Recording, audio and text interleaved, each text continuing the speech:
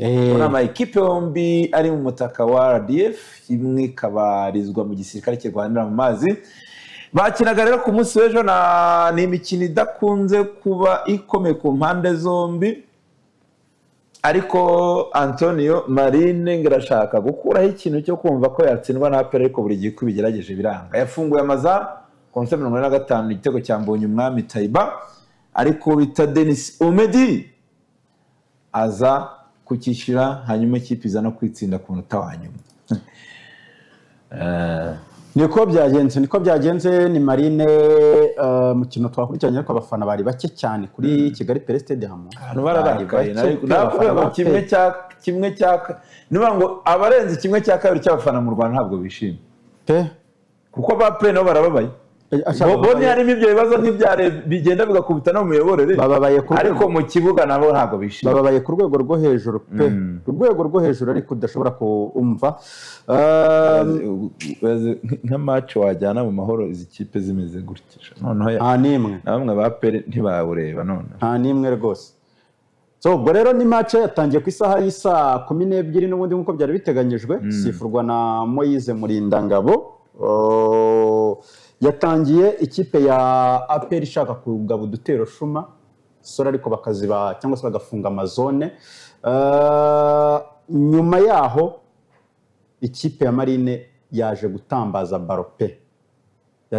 baro hakiri kare cyane uwitwa uyu musore witwa Usabimana Olivier aza guhita akorerwaho ikosa akorerwaho penalty yacenze arinjira muri uko kwinjira rero uko yacengaga uwitwa Nshimimana Yunus aramutega muri surface nta kindi yari penalty n'abantu barabibona ko rwose ari penalty iri clear cyane Taiba Mbonyumwami mwene Gatera agiye kuyitera ayitera mu ntoki za Pierre abantu bati ubu afashe penalty ayihereje rero penalty buri yayiteyemo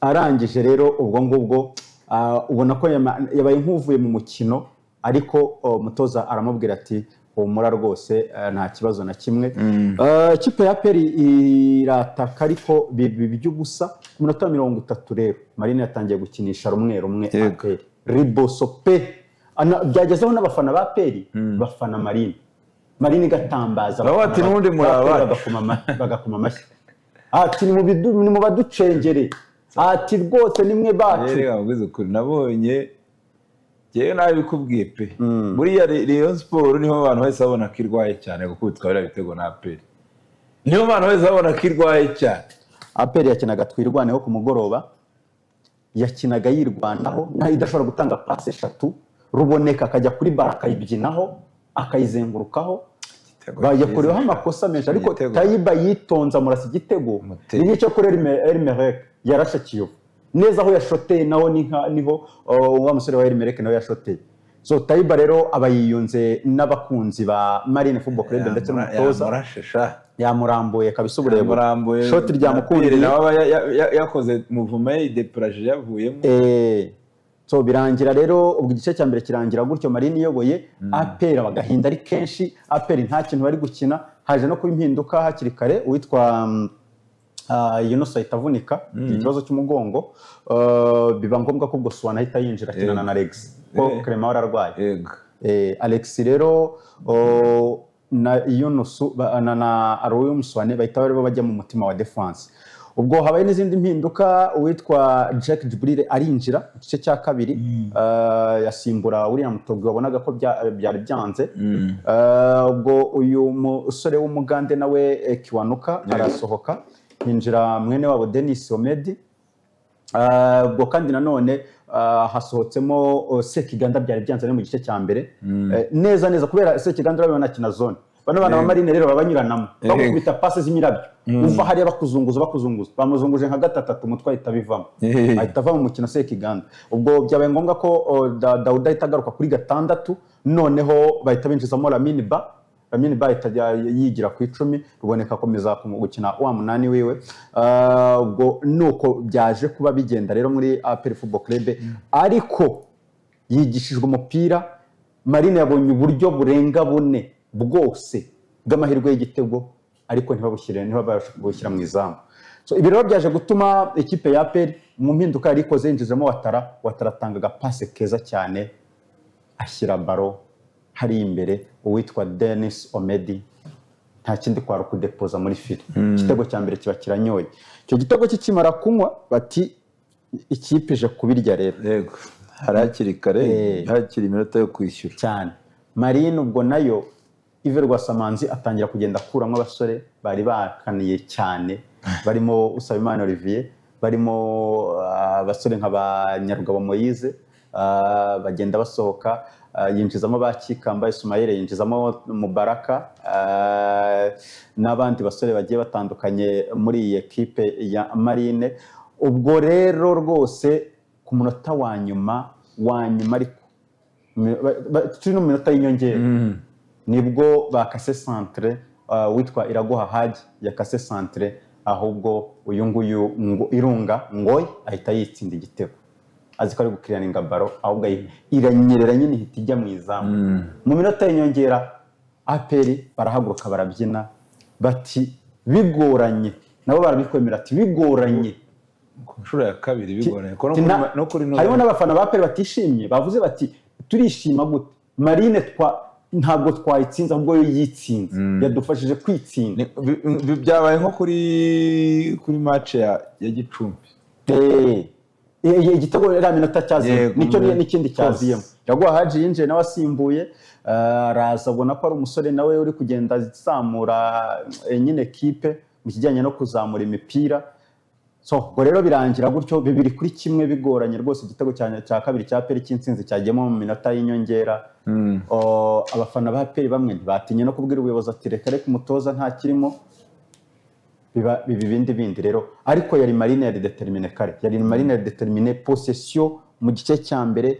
Nubwo mu gice cya kabiri umutoza Yves Rwasamanzi yagiye akora impinduka ngo ashaka kubika abakinnyi ngo kuzindi match ziri imbere, ariko ibyo bibikireye ngo nawe ngo araba bamubwiye mukire confiance, nka mukire confiance mu defenseur mwiza pe hano muri uru Rwanda.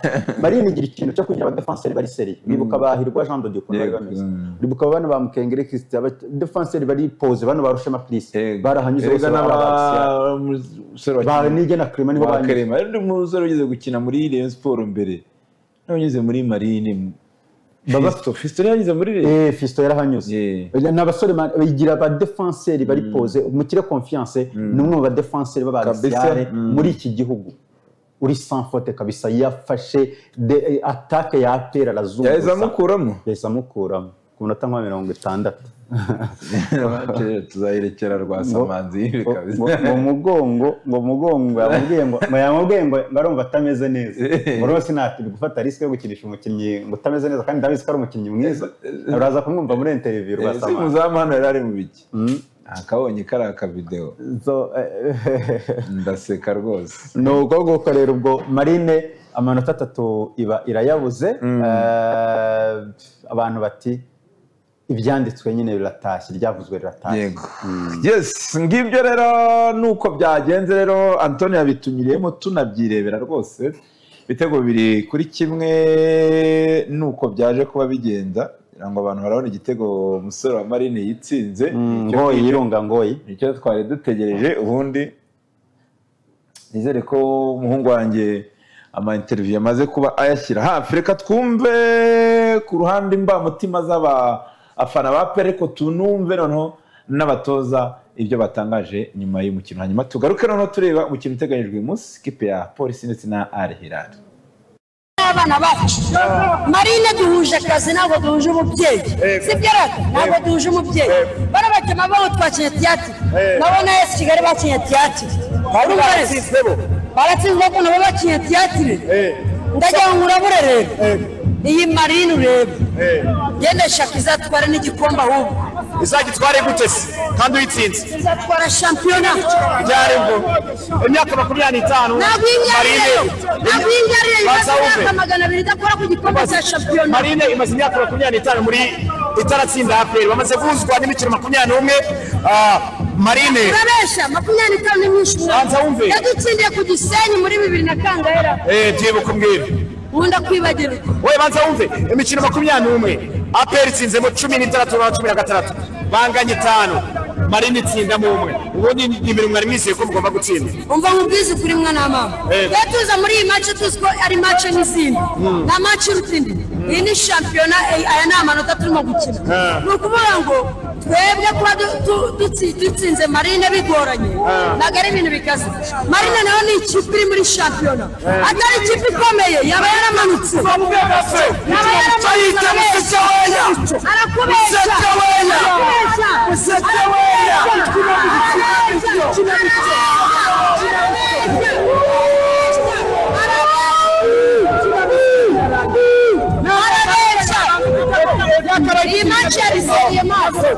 bamwe bari kubona ko ikipe ya PRFC ari umupira mwiza yagaragaje uyu munsi wewe wabonye gute match yarebye gute erega amakipe yose yo mu Rwanda afite buno burwayi udakina neza ngiye bangiza umuntu ugira icyo avuga gikomeye cyane muri ekipi tubidesi ko tudatsinze match uyu munsi kwa match ari mu maboko yacu twagerageje kureba amakazi menshi y'ibitego ariko tuyapfusha ubusa ibonye amahirwe nk'ari yo kurangiza match hakiri kare ntiyabyaza umusaruro kenshi ari gukuta share ariko tagije gukina hano umupira twakina ikipe nkuru kina neza itakibeza cyane ariko match yarangiye tugomba kufokasinga kuri match itaha ya Bugesera ari remplacement yabaye force kuri Sami yaguye nabi yumvaga babara umugongo bangomba ko tumuvanamo kenshi remplacement nk'izo yageze guteza ibibazo Nyarugabo n'umukinnyi mwiza imikino ibiri heruka yakinnye hafi iminota yose kandi anakina neza cyane agomba kuruka n'abandi bakaza bagakina umukinnyi mwiza yatanze ibyo ashoboye n'umupira ni kuri abigenda nibaza ko twagize amahirwe abiri yose yo kuba twarangiza umukino muri deuxième mi-temps iyo tuyatsinda twako tuvuga ibindi nona twabashije gukina tuguma mu mukino tubona amahirwe ubundi udapfa guhusha ariko nta kundi ni maladresse twatsinzwe tugomba kubyemera dufite abakinnyi beza nubwo dufite groupe ntoya ariko ndakeka baturushije amahirwe ariko nta kundi tugomba gufocus kuri match ikurikiyeho ni ngombwa gutunga abakinnyi benshi ariko ikingeze no kugira groupe y'abakinnyi uwari wese ashobora gukina dufite abakinnyi bagize utubazo duto bari kugaruka nka Shim wavunitse kuri match ya Rayon Sport ko yagarutse uyu munsi bishira uzagaruka kuri match ikurikiyeho ndakeka nibaza bose bameze neza dufite groupe nziza iyo ufite abakinnyi 30 ugomba kuba amahirwe n'abandi ibyo ni ibintu tugomba guhura nabyo sinzi naho twabihungira hari igihe tugeze gukina phase retu yose dukina muri weekend kwa gatatu n'ibintu bisanzwe tugomba kwiadapta ala makipe abiri yongere muri championnat niyo mpamvu Rwanda Premier League byarayigoye cyane kugira ngo ihindaguranye karandiri yako tugomba kutwese kwiadapta ntago byoroshye rano nk'ejo Kiyovu yakinye kwa gatandatu kina kwa mbere izongera ikine kwa kane ntago byoroshye ku ikipe udafite groupe ihagije kandi akinye batanze neza physically uruhatakari rimwe na rimwe ekipe ititeguye neza izahura n'ibibazo byinshi cyane D'abord je remercie le public qui est venu nous encourager, je vous remercie aussi pour votre venue. Pour nous, c'était un match très difficile, dans des conditions négatives pour le club APR. Cette semaine, on a perdu 2 joueurs clés, Gilbert et Clément, qui sont venus de l'équipe nationale blessés. Après 10 minutes, 15 minutes, Younes sort avec une blessure aux adducteurs. Donc on a été obligé de faire des changements défensifs. Comme vous savez, la défense, ça ne joue pas ensemble durant plusieurs matchs. Et ça manque cette communication, cette relation défensive. Mais je crois que la victoire est venue au point pour nous donner le moral, surtout après la blessure de plusieurs joueurs qu'on a récupéré. Pas à 100%, mais en deuxième mi-temps, comme vous avez vu, Jibrail est entré, il a changé le match. Donc pour moi, dans ces conditions d'absence de joueurs, et on est satisfait du résultat.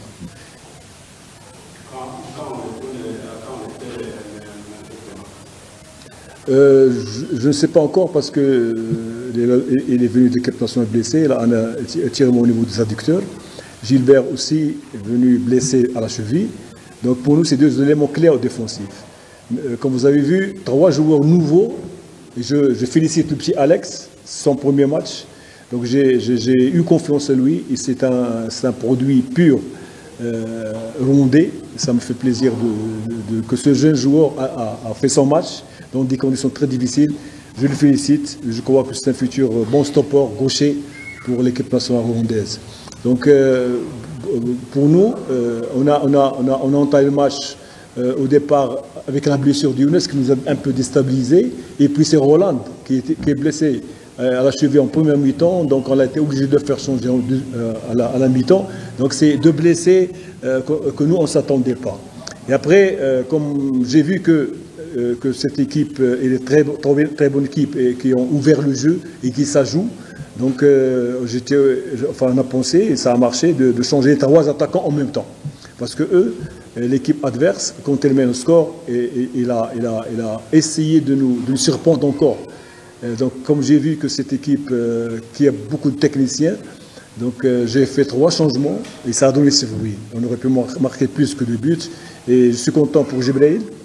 Après 2 mois à l'hôpital, aujourd'hui, 10 jours d'entraînement, il joue, il change l'équipe, il change le jeu. C'est un point positif pour nous. Pour nous, la victoire elle était très importante pour jouer encore et avoir l'espoir de jouer le titre, Inch'Allah. Ouattara. Ben, comme vous savez, Ouattara a joué avec moi au Maroc. Donc je le connais sur le plan mental, sur le plan physique, sur le plan technico-tactique, je le connais très très bien. D'ailleurs, c'est moi qui l'ai envoyé à l'APR avant. Donc c'est quelqu'un qui aime l'APR, qui veut jouer à l'APR. Un autre joueur ne joue pas. Donc il m'a demandé, comme j'ai vu, parce que je lui ai donné des cours sur la préparation physique pendant 10 jours. Je savais qu'elle a 25 à 30 minutes, il peut le faire facilement. Et surtout que William, il a joué avec une fièvre aujourd'hui. Il a la grippe 2 jours, il a eu une grande fièvre, chaleur et tout, mais il a joué. Donc c'est des joueurs qui aiment le club. Je les félicite. Et quand Ouattara et le petit Hadji aussi, il a commencé à s'intégrer au niveau du système. C'est un futur bon joueur qui tape fort sur la titularisation de l'équipe. Moi, comme vous savez, moi je suis professionnel. Celui qui donne le plus à l'équipe, il joue. Donc aussi au Midi. Parce que j'ai joué le dernier match avec l'équipe, donc moi je l'ai préservé en 2e mi-temps pour ne pas se fatiguer, et surtout qu'on joue vendredi. Donc je félicite les joueurs qui ont cru, qui ont fait cette remontada dont nous on avait besoin. C'est très important pour le club, pour nous, pour ceux qui nous ont critiqués aujourd'hui, nous ont applaudi contre Real Sport. Quelque chose, ils disent que les joueurs se présentent comme pas bien qu'ils sont. Non, au contraire. D'ailleurs, on a dominé le 2e mi-temps. On a dominé le 2e mi-temps et nous, on a joué le dernier match. C'est samedi, je pense. On joue aujourd'hui, on joue vendredi. Vous allez voir, l'équipe n'a pas de problème. Et surtout, il ne faut pas oublier que nous, on travaille avec un GPS. Un GPS, avec ordinateur. On sait que l'équipe est au top niveau physique. C'est côté mental. C'est le mental. En plus, c'est le côté. Qu'est-ce que c'est un schéma tactique? C'est la continuité du jeu. Quand tu as 5 joueurs qui entrent pour la première fois, il y a toujours un dérèglage. Donc aujourd'hui, moi, j'ai opté pour gagner. Je n'ai pas cherché le moyen, je n'ai pas cherché le spectacle, sinon on aurait perdu. Et on va applaudir si je perds. Non. Pour moi, c'est le résultat qui compte d'abord. Parce que quand j'ai vu que l'équipe n'est pas dans son jour, quand tu perds 5 joueurs d'un coup, c'est pas facile. Et surtout, Dao, le meneur de jeu qui a commencé avec moi, où est-il? Il a une fracture. Djibril, il revient de l'hôpital. En premier mi-temps, je perds 2 joueurs. Je perds Roland, je perds Younes. Donc 4 joueurs. Et c'est pas facile. Yes, ngira ngo ni abatoza babiri uwa mutoza wa APR asoje ku kintu ati twabakinnyi bacu bafite GPS ibyo baba bari gukoramo tuba tubibona. Hari ikintu rero kiza gushyira igitutu ku batoza. Katarebo mbanze muvuguruze. GPS ntibakizambara.